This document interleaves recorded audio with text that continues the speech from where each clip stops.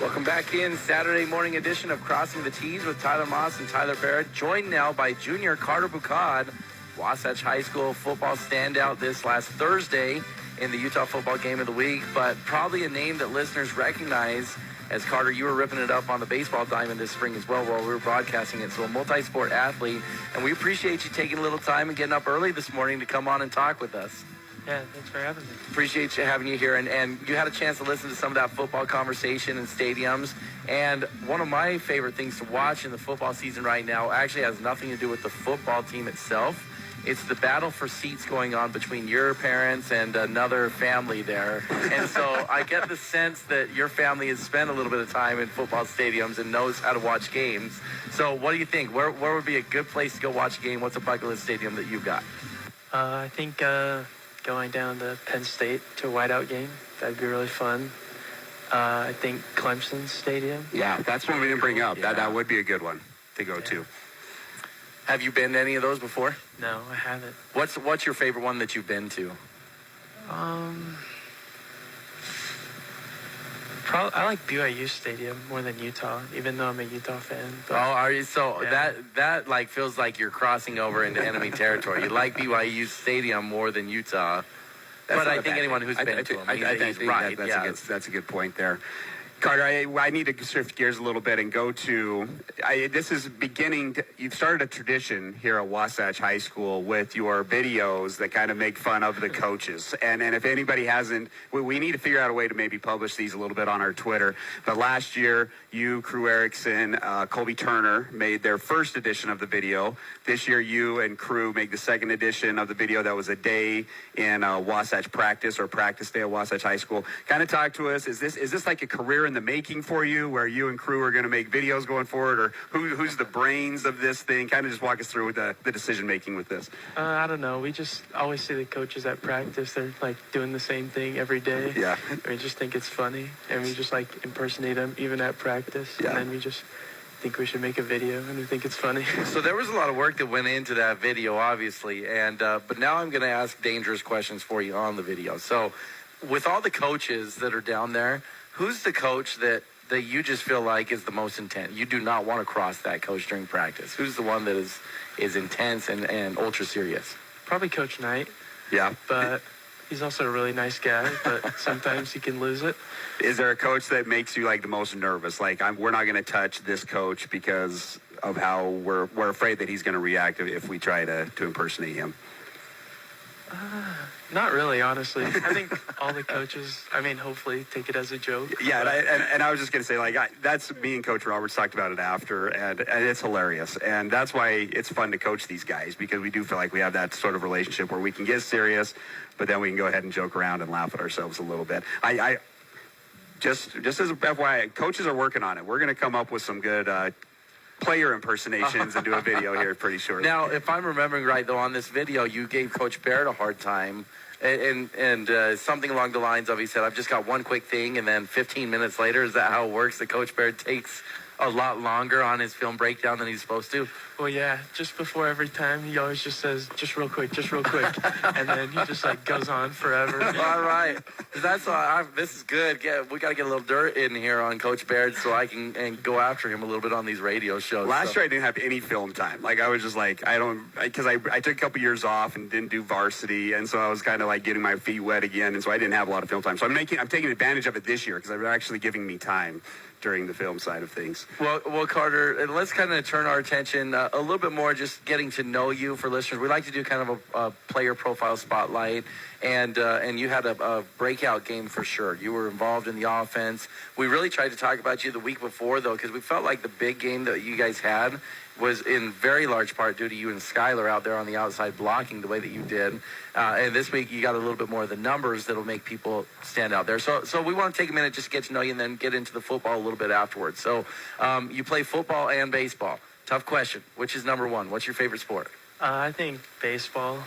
Yeah. Starting shortstop last year, had a couple awesome moments, including the game-winning knock in extra innings at Cottonwood that is kind of a legendary moment for Wasatch baseball at this point. So that's your number one, followed closely by football at number two. Is that your second favorite? Yeah. So that's the follow. What's number three? If you were to be a three-sport athlete, what would be sport number three? Golf. I knew he would say golf because I've got a story we're not going to tell on the air about Carter and crew out on the golf course this summer while I'm working up there. But what do you shoot when you golf? What kind of score are you turning in? Not very good, mostly because I've got more of a baseball swing, not a golf swing. Hey, So you just got to make a little tweaks there, and it'll be just fine there with that. All right, so a golf man in his heart. What position? You're playing the slot receiver right now, but if you could pick any position, like what were you born to be on the football field? I don't know, really, because I like slot receiver a lot. I think it's a fun position. But you played quarterback a little bit as well, right? Yeah, and Carter can play anywhere. And so let me ask you this, Carter. You've moved from quarterback, running back, was kind of where you played last year, to wide receiver. What is maybe the favorite thing, or what have you liked about transitioning from being behind the line to now playing outside a little bit more? I think as slot receiver, I see the field good, just because being like a quarterback, you have to read the defense, and I feel like I can find the holes in the defense, find the grass, and just that helped me a lot, transition, I think. What do you miss about playing quarterback and running back?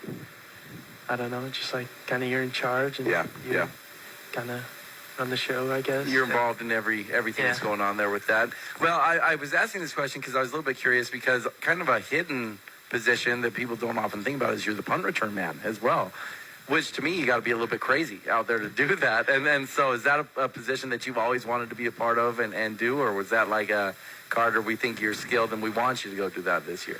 No, I really wasn't planning on doing it. I wouldn't think I would be doing it, and I just stepped in, I guess, and yeah. Is that intimidating to be back there catching punts and no guys are bearing down on you?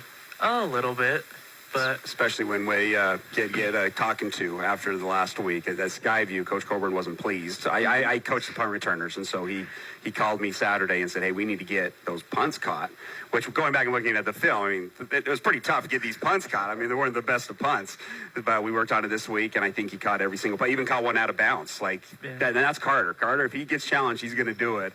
And so there was one that was 5 yards out of bounds on the Mountain Ridge side that he made sure he caught because we were going to catch every punt this week. So let's continue with that, Carter, and let's dive into some football a little bit. Why you're loved as a player from the coach's side of things? You just go out and you do what you're asked to do, and you did. You blocked a lot against Skyview this week. You go out, you have 8 catches, 114 yards, a touchdown. Really felt like you had a breakout game, and people started to realize how good of an inside slot receiver you are. What was kind of the key in your mind to be able to start throwing the ball down the field a little bit more? We hadn't thrown the ball down the field a little bit. We did in this game. What did you feel like really helped go into that game plan for the Wasps? I feel like, like people didn't really know me. I feel like I was just blocking a lot, and I mean, we succeeded. That's that's good. And I feel like it just opened up a lot more plays. And then second half, Crew had a good second half after he was covered the whole first half, I thought. Just everything was opened up. It's kind of turned into really a three-man punch. Chris has had success last 2 weeks. Had another 80-yard touchdown run, a big run, had over 100 yards rushing. So you got Chris in the backfield.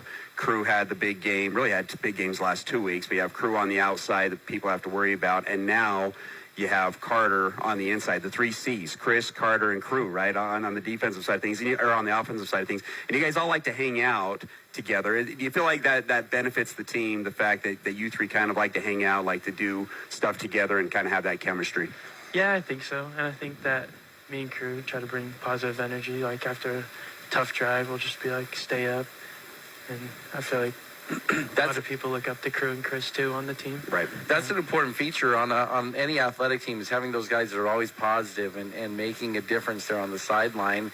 Who are some of the standout players on the team? Obviously, you and Crew are doing that. Are there any other guys that are just like Mr. Energy, positive, trying to help people stay engaged and stay focused on what you're supposed to be doing? I think Cooper Thacker, honestly. I think he's helps bring the O-line up if they're down. I think Caden Luke, too. Caden Luke's a good, positive guy.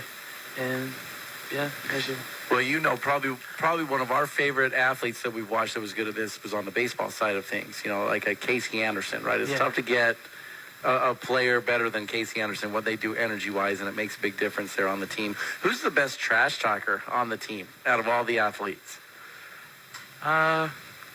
Casey Anderson or Erickson. Crew took that. When we asked him that question, he said it was him. So, well, I saw him mixing it up with that big running back from Mountain Ridge when the game was already pretty well over, too. And I thought, Crew's still down there trying to get involved. And so that doesn't surprise me. Where do you land on that list? Are you quiet? Do you talk to the other players out there? I mean, Crew thinks he's the best trash talker, but I feel like I'm one of the only ones that kind of tries to go back at him. I don't think people try to mess with him because he is a good trash talker. He'll always win, but I feel like I always retaliate. Yeah. Are there a lot of conversations on the field between the other team when you're playing? Because obviously when you're in the stands, you can't hear what's going on down there unless it's Coach Coburn talking. Then you can hear Coach Coburn. You know, everyone can hear Coach Coburn across Heber Valley. But how much are the opposing teams talking to each other during games? Not really a lot, honestly. I feel like all the teams we played have just been nice. Then it's mostly just the student section. That's the worst. But all the players seem to be nice. Could you hear the student section in Mountain Ridge getting after you? Yeah, pregame they were. So go baseball, football, worst student section to play, like the worst place that you've been to where the students have just been the most brutal. Probably Cottonwood last year. Oh, really? Yeah. I remember that first game. Yeah, the big stadium there and stuff or big stands. It was kind of after the game. That's good. Let me follow up with that baseball, football stuff, Carter. What do you feel like has helped you the most being a two-sport athlete? So, like, what on the baseball diamond helps you transition to the football field? I'd probably say in baseball, you kind of like, if the ball's hit to you, you kind of want to know like where you got to go. And I feel like that can like relate to football, like just see and like understand your job and then just go do it. Say like just understand like what you're supposed to do. What about football to the baseball diamond? What helps you from that standpoint? I'm not really sure. Probably just like agility and speed. I guess. That's what I was saying, right? The physicality of the baseball side of things or football side of things. Moving on to that. I know this is kind of a unique conversation we're having because really you're setting out in football and we're kind of bouncing back and forth between football and baseball with you here a little bit. But I can't let this go without talking about it because we didn't really have the recap show last year when the state baseball tournament was going on. And so we didn't get a chance to talk about just such an awesome moment there at Cottonwood. And the team lost the second game of that series. They played 3-game series. You got to win 2 to move on. You guys were the underdogs, the 13 seed taking on the 5 seed in Cottonwood.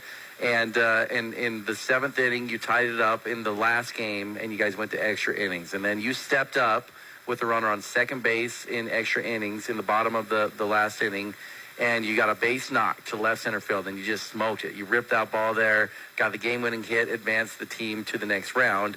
And that's an unusual moment. Not a lot of people get to experience that. And I'd like to just hear your experience with that, your thoughts on what was it like being in that moment, getting a game-winning hit in that state tournament in such a big atmosphere, big level. You talk about Cottonwood being really intense, and you just shut the crowd down. You literally walked it off and ended the game. Talk a little bit about that moment there.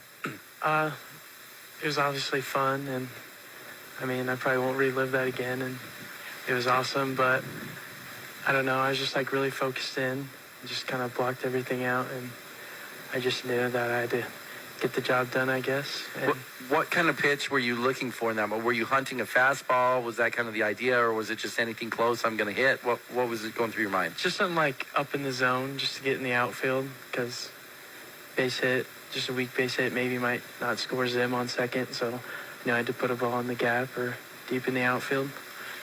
I think that hit to me was a symbol of just really who you are as an athlete, though, your mental toughness.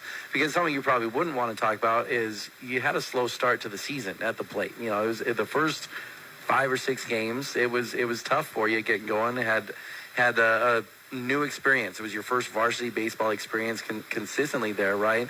But by the end of the year, you were getting big hits and big moments.